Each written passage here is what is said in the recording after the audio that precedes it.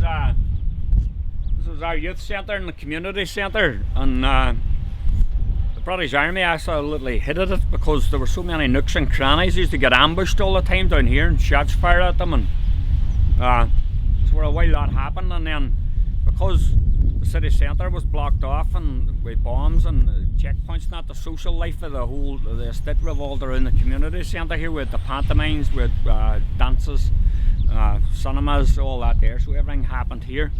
And actually down this green, British Army used to come down in their jeeps, Land Rovers after us, and they put tank traps up on it to stop them. And it's bizarre to think about it now when you look at how peaceful it is now, but this is where it all happened here. Gun battles and riots and chaos.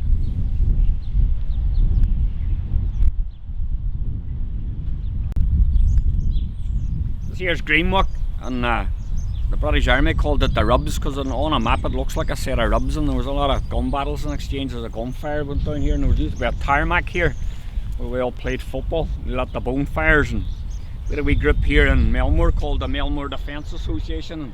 Leanan had the Leanan Fenian Army.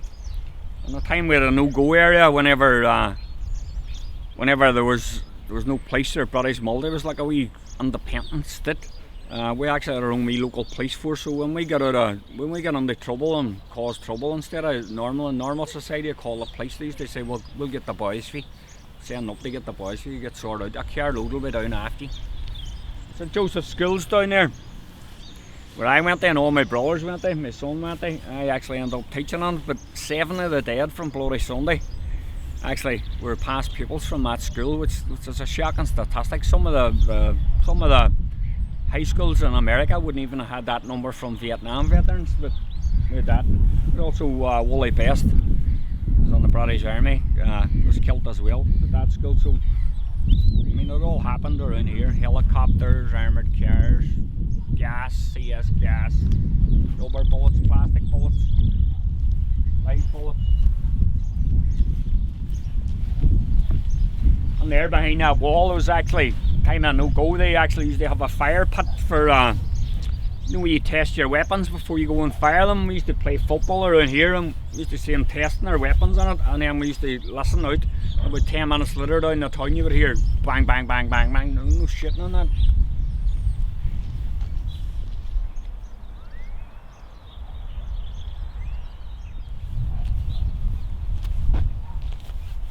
And behind that house here we had a large big shed. Pretty basic, but it was a shebeen, and a shebeen's an illegal drinking day. So the rule of law didn't apply, so they just had their own wee drinking. So it was exciting times, but people used to go on this shebeen and drinking. No licensing laws or nothing like that. Over Leaning Gardens here.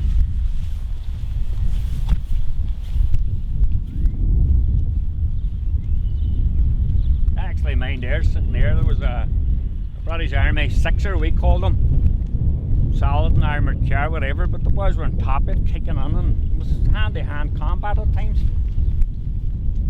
Sad times, but it was exciting times when you were young.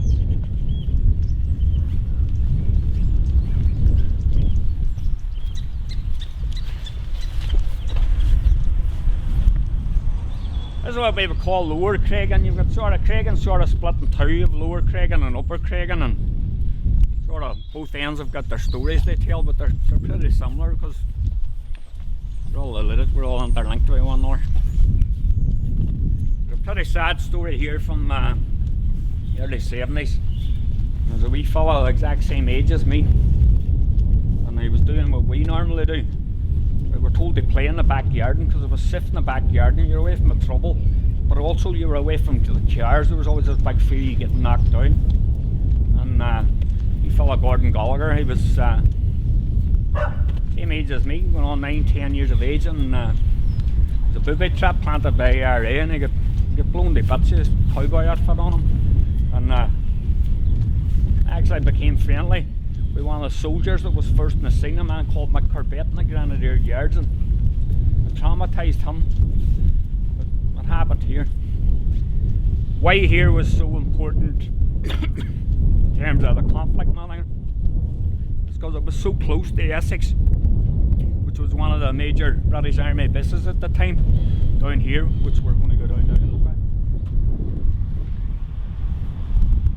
It's actually very famous footage of all around here with British Army armoured cars and people attacking them, and really it was like Vietnam.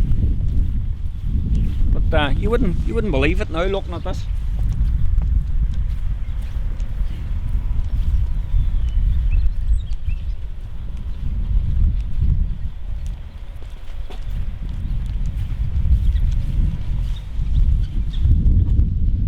Tiller house here, Bully and Veronica, the Republican family, their son Tony, just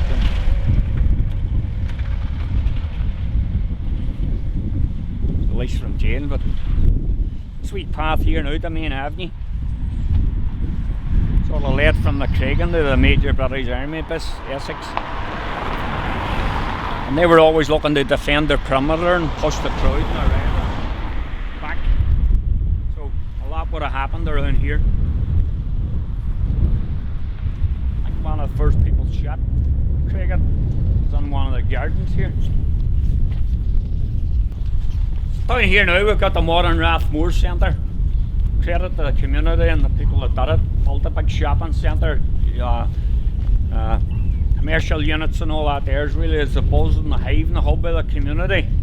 But if you went back to when we were growing up in the 70s, this was like something in Khe Sanh, Vietnam.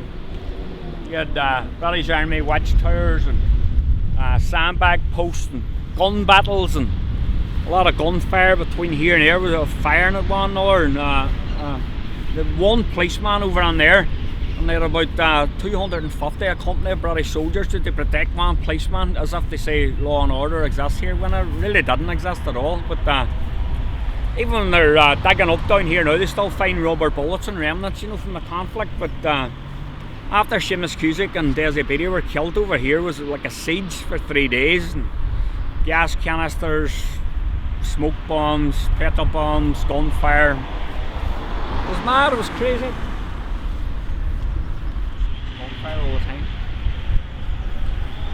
Fellow up here, John Nixon, he lived up here, and he tells you now their walls and their windows and everything was just all pepperdashed with, you know, with bullets and gunfire.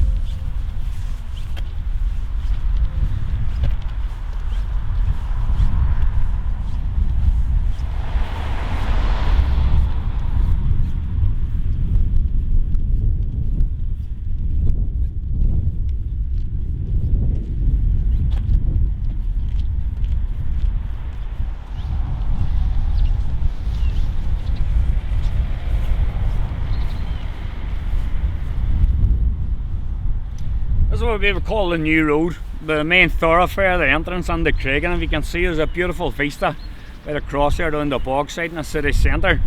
But I couldn't tell you, every time you see a book, you read a book, watch a film, anything about the Troubles, it shows you this iconic features here, a Centurion tank was meant to be fighting the Russians on the battlefields in here. It was in the streets of Creggan, the Centurion tank.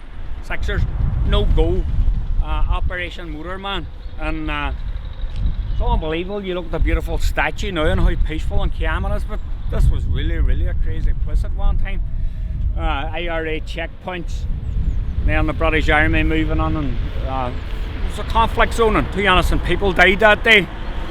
We fell up in Creggan Heights, and another fell up here. We'll go to his monument and see, but if you look around you here, you know, this was totally transformed now. It's like you're looking at it after the battle, and you had seen it during the battle. A Saladin, which is basically a tank sitting there, a Centurion tank coming up here, British soldiers with GPMGs. The IRA used to have a checkpoint up here with a sandbag post, and they were always putting up spot checks around here and that, and you can see it. And there's the church where the dead of the Bloody Sunday, St Mary's, were all buried out of. So that church there would be pretty special place to us.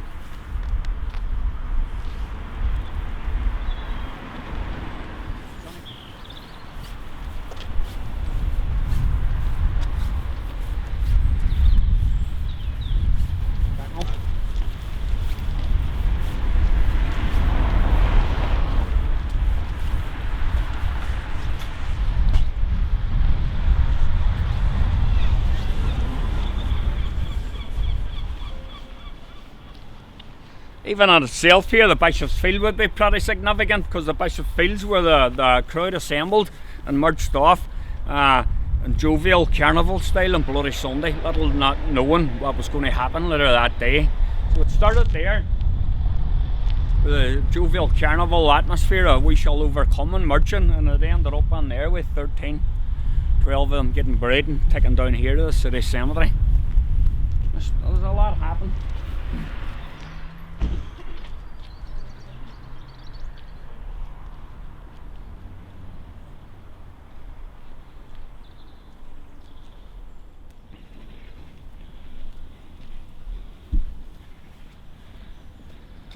The wee monument here, the Seamus Bradley was killed here, just on this spot during Operation Motorman, when the British Army conducted one of their largest military operations. I mean, it was like something, like a war.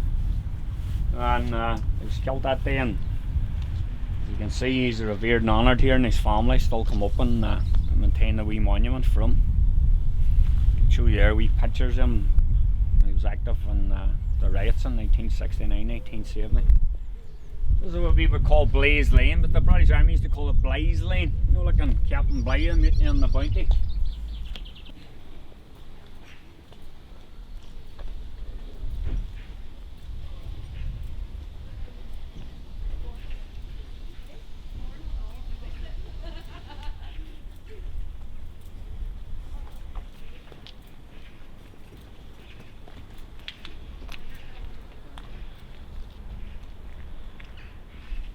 So here's the famous Creggan Shops, Central Drive. You can see it's a big long street, but I mean, it would be easier to tell you what didn't happen here, to tell you what did happen here. There were gunfights with SAS, with IRA volunteers there, with elections, protests. I started off in this wee school here in 1969. Man was landing on the moon, and we were in P1, and then we witnessed the whole of the conflict out here, the post office getting robbed, shootouts. Mr. Tufty, the RUC, we were supposed to be law and order. We seen Mr. Tufty, who was a wee, showed you how to cross the road along with Mr. Badger, but we came out and we seen him in flames and his car getting burned, and petrol bombs, rocket attacks. There used to be rockets down there, and this place was nicknamed the Gaza Strip at one time in the 1980s during the hunger strike, and famous Telstar bar. And you can see now it looks so peaceful, and it's so, well, it's good to see, but this is where it all happened here. And this is where anybody that's familiar with the conflict troubles here, this is where most of the protest marches start, and this, the Bloody Sunday march start, and the commemorations and that, and so it would be pretty famous. But it all happened here. It was, I mean, gun battles, petrol bombings, booby traps, shootouts with SAS, you name it. It all happened here. It was at Creggan Central Drive.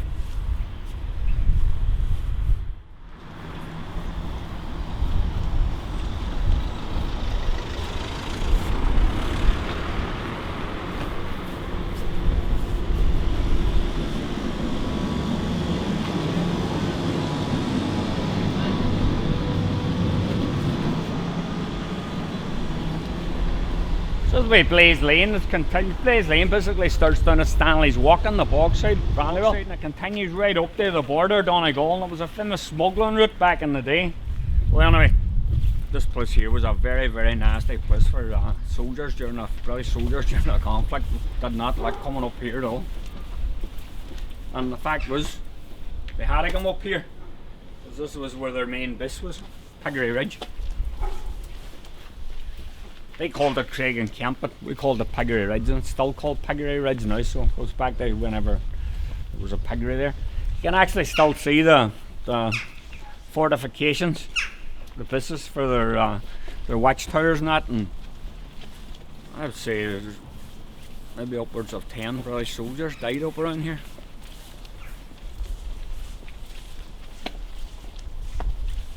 It's pretty unusual that they actually had inside the camp. They had an officer's mess and an ordinary man's mess, so they had a wee pub on it. They had always arresting cells, they had a helicopter landing pad, they had a firing range, they had a wee temporary jail, interrogation centre, sleeping accommodation. You'd actually still get someone coming back now to reminisce about the time that they'd spent here in the 70s.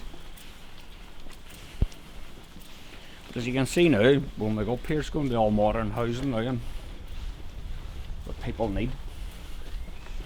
These new houses here are built on the site. The original house that was there was knocked down because it was getting used that often by the IRA. They launch attacks, and shoot up at the camp, that they decided it would be far handier just to come down, knock it down, demolish it. And also the shops down here, which were very high, they were also a good shooting point up at the camp.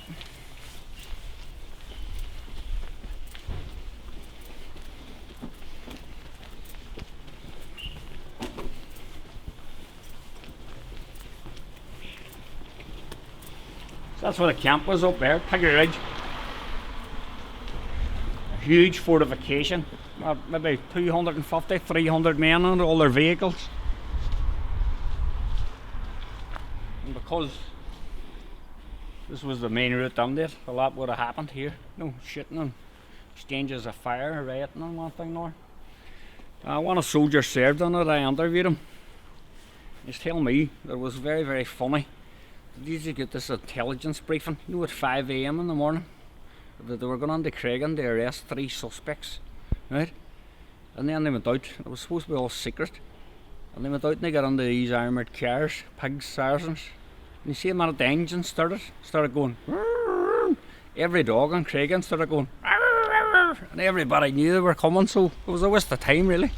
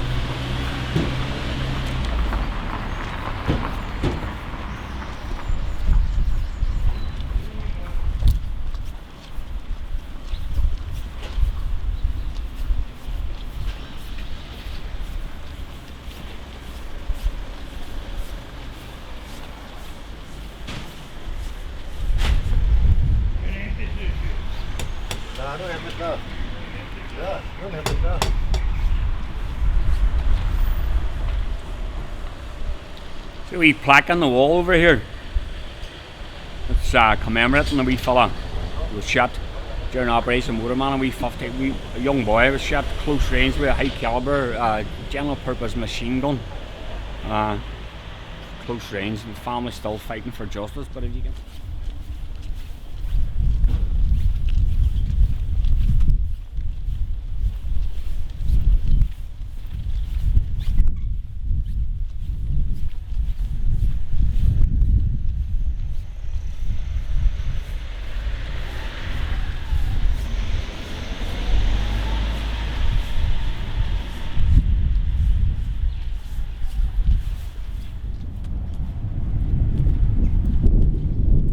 ditch littered with monuments and events and things that happened, and honestly, if you're a local and you live here, it just goes over the top of your head. You've just seen it that often, or it just walks. But if you've got a stranger or somebody, they come and they see it all and they go, then you realise that you didn't live in a normal time.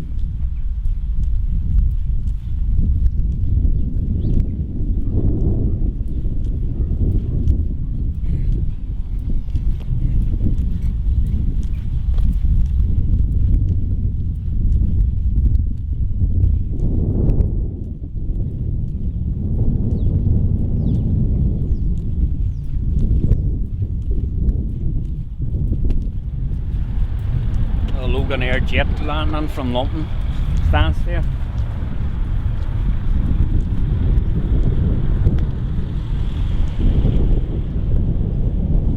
Back in the day, the only activity we had overhead here on the end there used to be helicopters with big lumps and bull shining down.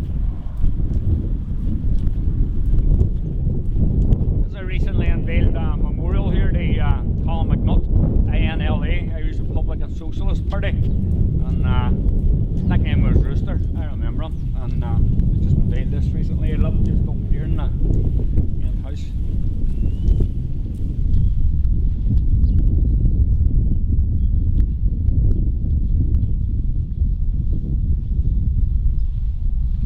Usually give us a run, these motorbike.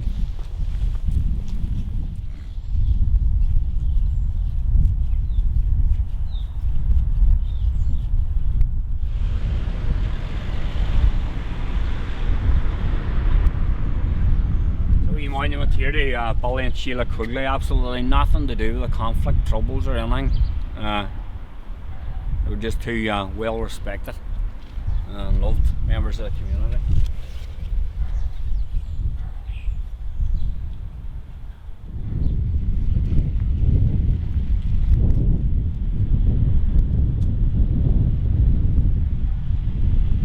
The mural here, the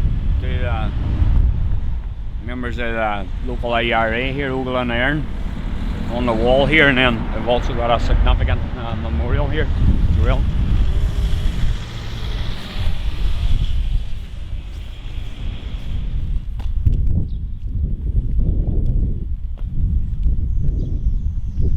See Tommy McCull, Thomas Carlin, Joseph Coyle, well, that was the street just above where we left our house, and they were the first IRA volunteers to die, and it was in Dunry Gardens just above us. But, it was all local people there, though. They were all from within the community.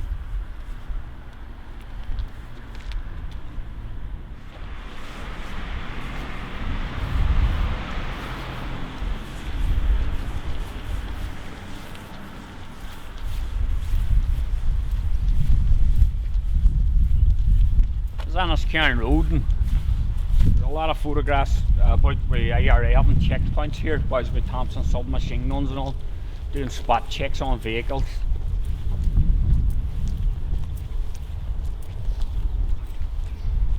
It's remarkable how peaceful it is now.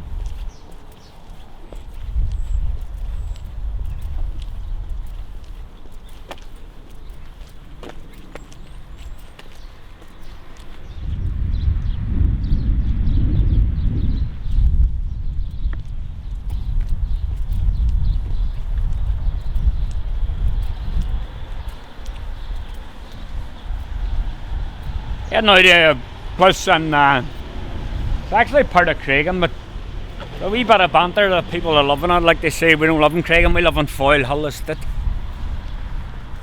Because when you were stopped at the military checkpoints with the British Army, you said you were from Creggan, you'd have got stopped, right? But if you said you were from Foyle Hill, they let you go. So they got used to saying, I'm from Foyle Hill. So sort of down here, but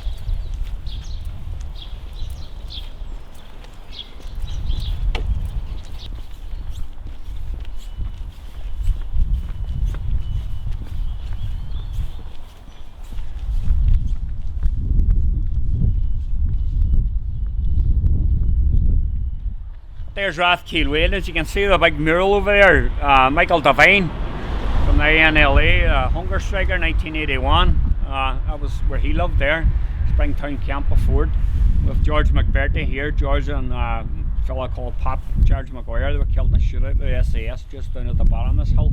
And then over on this other side of the street, you had Wally Best was in the Royal Irish Rangers. He'd actually been a peacekeeper, keeping the Turks and the Cypriots apart on the British Army. And he was killed by the IRA. And so, I mean, it's all here, all overlapping the history.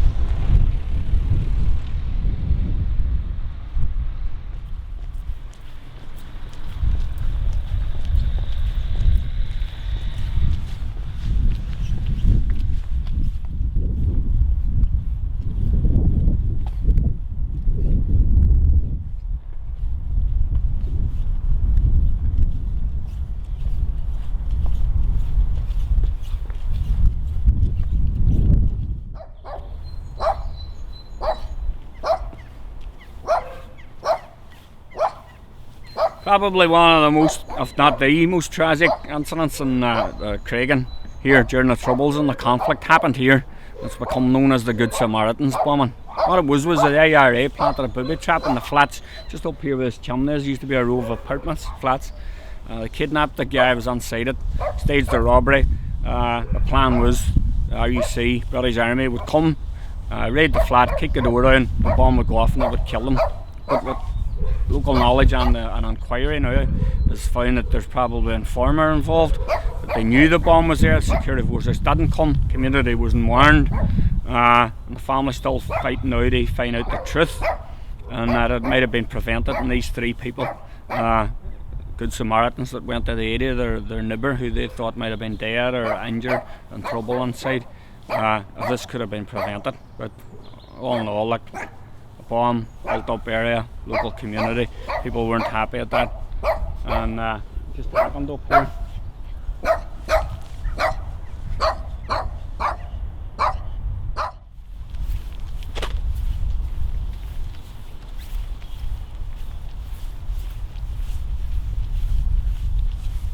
If we're lucky we might get the red squirrels here, because the red squirrels are nesting here now then. The monument, the Eamon Lafferty, 1971, first provisional. He was only 19 years old. He was in a shootout with the British Army coming up the hill. A memorial to him.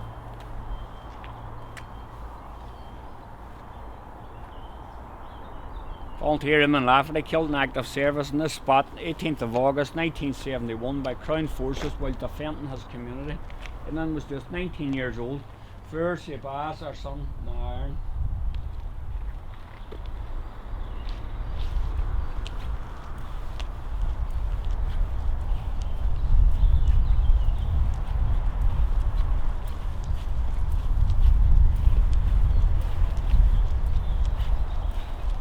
Over here you would have had Southway, and some people still call it the Coach Road. And there's an old story about the headless horseman coming up the Coach Road. There's another story about Nuns Walk over there. You turn back of the children's home. It used to be a mansion. And before that you had the Foyle Hill Fever Hospital.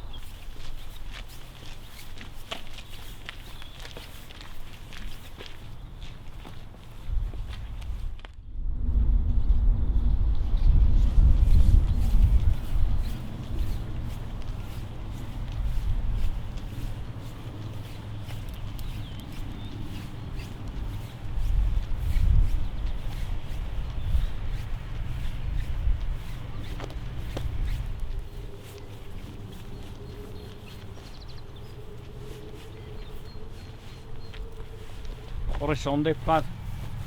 Talking about Derry, Mickey Kelly, Willie Nash, all neighbours of ours. Creggan.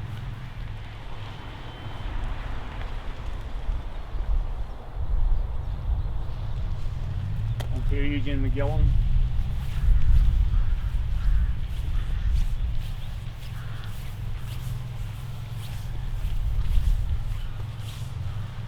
Black William Dunlap. Wally Best, killed by the IRA and the British Army, Royal Irish Rangers. Monastery, killed by the British Army, buried side by side. Both went to St Joseph's School here in Creggan. And as you can see from the ditch, Monastery was killed by British Army on the 19th of May 1972, just a boy of 15 years. And then Holy Bess was killed 2 days later, 21st of May. And I mean, there it all is there, the sadness of it, the conflict. It's John Johnston there. Now, a lot of people wouldn't know, and I always think it's very poignant to tell visitors that when the British establishment and the British people were saying that all the people shot dead on Bloody Sunday were gunmen and murderers and bombers and wanted lists and that, John Johnston was killed. It didn't even mention he was buried on Bloody Sunday. No flag poles, no nothing, no anything. He was actually just going to check on his elderly aunt, you know, to make sure she was okay.